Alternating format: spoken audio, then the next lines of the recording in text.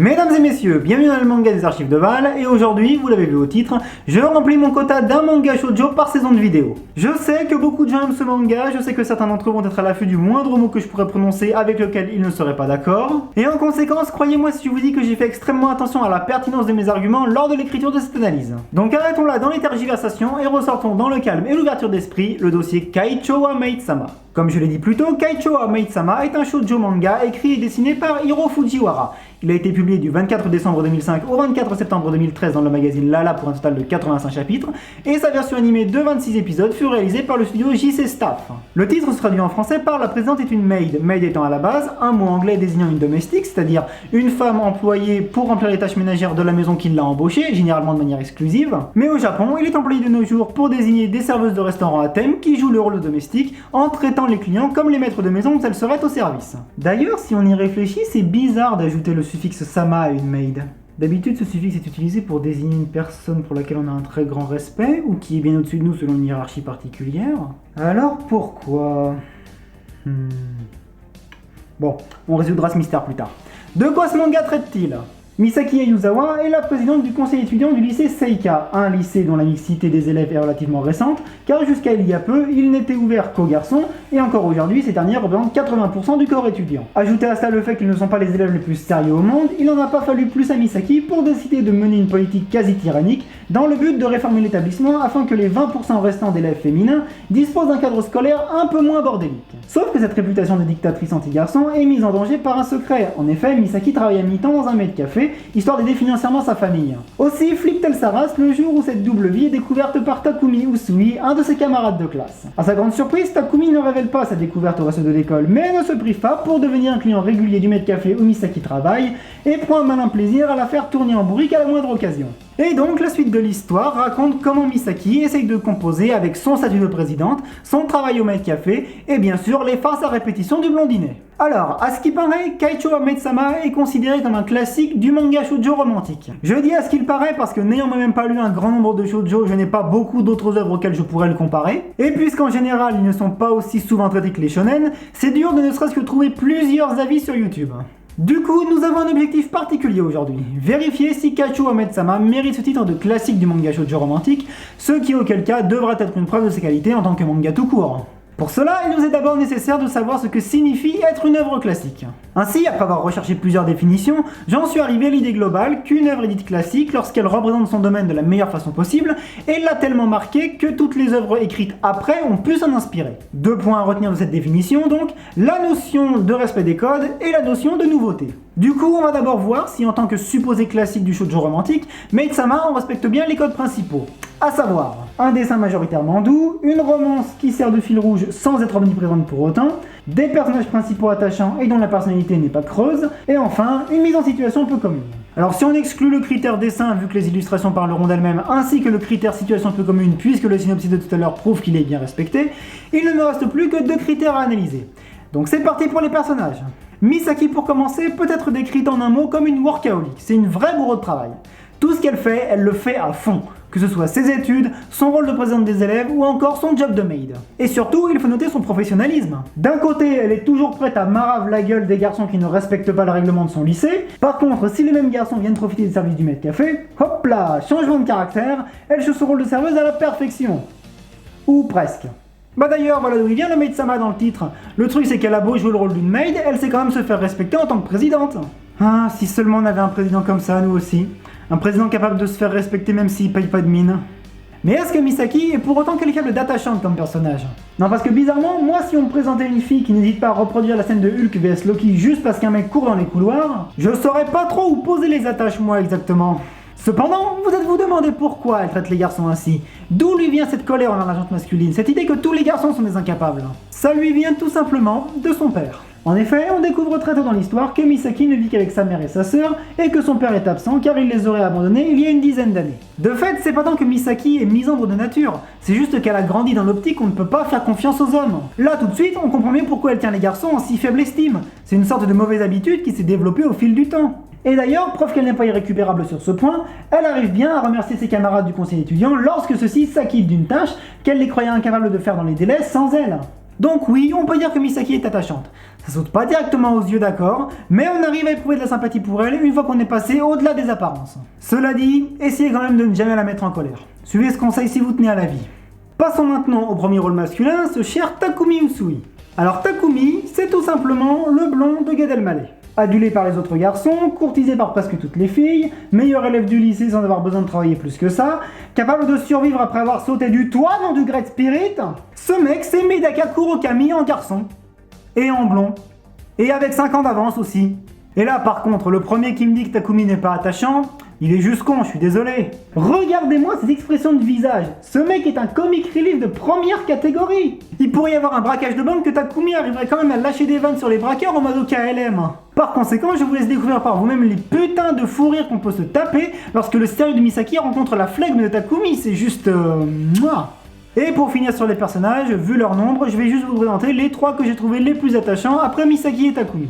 D'abord Sakura, une amie de Misaki pleine de vie qu'il est attendrissant de voir se démener pour arriver à séduire un gars qui de toute évidence ne la mérite pas, mais que voulez-vous, le cœur a ses raisons que la raison s'en bat les reins. Ensuite Yukimura, le vice-président du conseil étudiant, dont chaque tentative pour devenir plus viril ne fait que montrer davantage à quel point il est délicat, mais courage Yukimura, ça marchera un jour. Et enfin mon petit préféré, ah oui, le neveu de la directrice du Med Café, qui pour moi dispose juste du meilleur développement de l'histoire, tout personnage confondu. Bref, tout ça pour dire que les personnages remplissent bien le critère qui leur demande d'être attachants et d'avoir de la personnalité. Mais certains d'entre vous auront peut-être remarqué et se disent « Mais attends, ok il a dit que Takumi était drôle, mais en quoi son personnage a-t-il du relief ?» À cela, j'adresse mes félicitations et je vous rassure, la profondeur de Takumi arrive tout de suite avec l'analyse du deuxième critère, la romance. Putain mais qu'elle est géniale cette romance. Quand je pense qu'il y en a qui se battent pour savoir qui est la meilleure fille en isekai, mais vos gueules! Allez lire Maid-sama et arrêtez de casser les couilles! La relation entre Takumi et Misaki, parce que oui, spoil, ça se passe entre eux, on s'y attendait trop pas, est juste ultra poignante et belle à voir. Déjà, pendant le temps que Misaki, en belle tsundere qu'elle est, tsundere first class je précise, admet ses sentiments à Takumi, ils survivent à l'arrivée du premier prénom de Misaki, puis à celle d'une ancienne prof particulière de Takumi. D'ailleurs, pour Shintani, encore un exemple de personnage non creux, vu qu'il respecte les sentiments de Misaki et lui vient même en aide pour ce qui arrive par la suite. Et après, une fois qu'ils ont officialisé, ils affrontent la famille de Takumi qui vient foutre son grain de sel à cause de la différence de classe sociale entre les deux. Parce que oui, bon, il y a un cliché dans ce manga, ok. Takumi est un beau gosse blond qui appartient à une famille riche, / puissante, / influente, et dont il est un fils illégitime, / mal aimé, / gardé sous surveillance. Il en fallait bien, et c'est tombé sur celui-là, voilà. Mais en même temps, sans lui, Takumi n'aurait pas eu de profondeur en tant que personnage, puisqu'on passe du simple mec qui prend tout à la dérision, au mec qui a en plus un passé familial troublé. C'est peut-être du déjà vu, mais bon, entre ça et rien... Et autre bon point, cette superbe romance n'est pas omniprésente. On peut ranger les scènes du manga en 3 catégories par rapport à elle. Déjà les scènes dont elle est le thème principal, comme par exemple tous les moments où Misaki et Takumi sont seuls tous les deux. De l'autre côté, les scènes dont elle est totalement absente, avec notamment le retour du père de Misaki. Et entre ces deux extrêmes, les scènes dont elle ne constitue que l'arrière-plan, ce qui inclut toutes les négociations entre Misaki et les bourges du lycée Miyabigaoka pour aller rechercher Takumi retenu en Angleterre par sa famille, parce que Misaki est motivée à récupérer son copain. Parce que grâce à Takumi, elle a réussi à s'épanouir plus qu'elle ne l'aurait jamais espéré. Sans Takumi, Misaki serait restée focalisée sur son job de maid et sur son poste de présidente tyrannique, sans jamais s'amuser comme elle l'a fait grâce à lui. Donc tu m'étonnes qu'elle veuille le récupérer, le blondinet. Bref, vous l'aurez compris, Maid-sama remplit de manière magistrale tous les codes du shoujo manga romantique.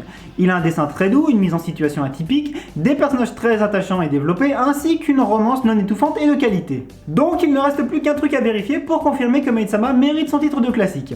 Apporte-t-il quelque chose à son domaine? Là déjà, c'est un peu plus compliqué à traiter. Car si c'est une chose de dire qu'un manga respecte un code, c'en est une autre de dire qu'il en invente un. Par exemple, on peut dire que Dragon Ball a créé et popularisé un code pour le shonen Neketsu, celui des transformations personnelles pour marquer les niveaux de puissance. Ce détail, novateur à l'époque, a tellement marqué les esprits que d'autres auteurs ont décidé de le réutiliser et au fil du temps, il est devenu une ficelle scénaristique ou scénique que l'on s'attend à voir lorsqu'on lit un shonen Neketsu un tant soit peu fantastique. Cependant, il faut garder à l'esprit qu'un code n'est de 1 pas obligé d'apparaître dans un domaine auquel il est associé, et de 2 qu'il peut apparaître dans un domaine auquel il ne l'est pas. Et donc dans le cas des shoujo, quel détail présent chez Maid-sama dispose d'assez d'impact pour qu'on le garde en mémoire à la manière d'un code? Personnellement, j'aurais pas pu trouver la réponse tout seul. En effet, au jour où cette vidéo sort, je n'ai lu que 5 shoujo dans ma vie, et parmi eux, 3 d'entre eux sont sortis avant Maid-sama. Donc je ne peux par moi-même uniquement affirmer que depuis Maid-sama, quelque chose a changé dans la manière dont sont construits les shoujo romantiques. C'est pourquoi j'ai encore une fois dérangé ma conseillère en shoujo et selon ses propres termes, je cite, « Je pense que cette œuvre a contribué au développement de personnages féminins ayant du caractère.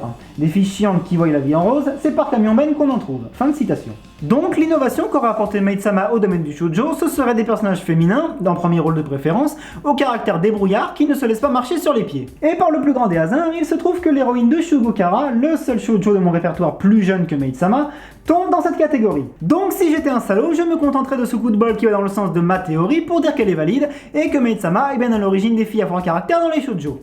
Sauf que non. Parce que Makino Tsukushi de Hanayori Dango, Nana Osaki de Nana, ou encore Risako Izumi de Lovely Complex, autant d'héroïnes de shoujo au caractère bien trempé, dont les œuvres sont antérieures à Maid-sama. Par conséquent, on ne peut pas vraiment dire que Maid-sama est innové en faisant de Misaki une fille au tempérament aussi court que celui d'Edouard Elric. Tout au plus, on peut dire que Maid-sama fait partie de ces shoujo dont la personnalité de l'héroïne apporte un vent frais parmi la masse d'œuvres où les filles fragiles et délicates deviennent à force écœurantes. Donc pour conclure sur Kachuo Maid-sama, je ne lui valide qu'aux 3/4 sa distinction de classique du manga shoujo romantique. Autant son utilisation et son respect des codes du genre sont irréprochables, autant son héroïne à fort caractère, bien que rafraîchissante, ne constitue pas une innovation pour le genre. Au mieux, c'est un motif qui fait plaisir à voir. Il mérite cependant amplement d'être considéré comme une référence du shoujo romantique, tant il compte de qualités dont les futurs auteurs pourront s'inspirer. Et personnellement, ce que j'aurais trouvé dommage en le lisant, c'est qu'on ne ressent pas assez les sentiments de Takumi. En 85 chapitres, on a dû avoir quoi? 2 pages sur lesquelles Takumi a un semblant de rougeur sur le visage, contre des dizaines où Misaki devient rouge tomate.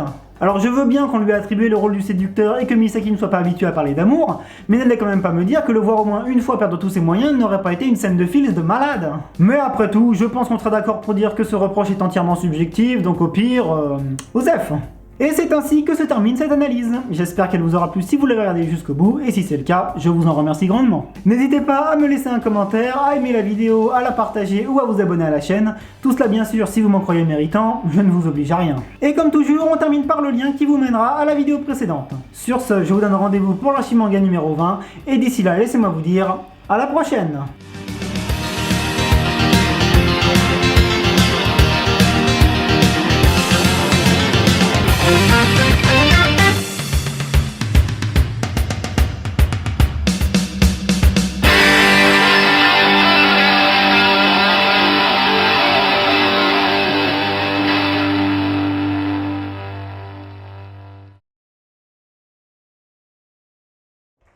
Asseyez-vous, je vous en prie. Merci bien. Merci à vous d'être venu, monsieur... Monsieur comment déjà? Joestar. Joachim Joestar.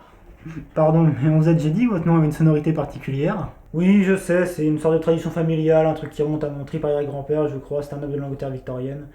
Mais passons, je ne suis pas venu ici pour vous expliquer mon arbre généalogique, je présume. Non, en effet. En quoi puis-je vous être utile? Un ami à moi a disparu depuis 2 mois. J'aimerais que vous m'aidiez à le retrouver. Ce serait dans vos cordes? Je suppose que oui. J'ai un don pour obtenir des informations qui sont habituellement inaccessibles.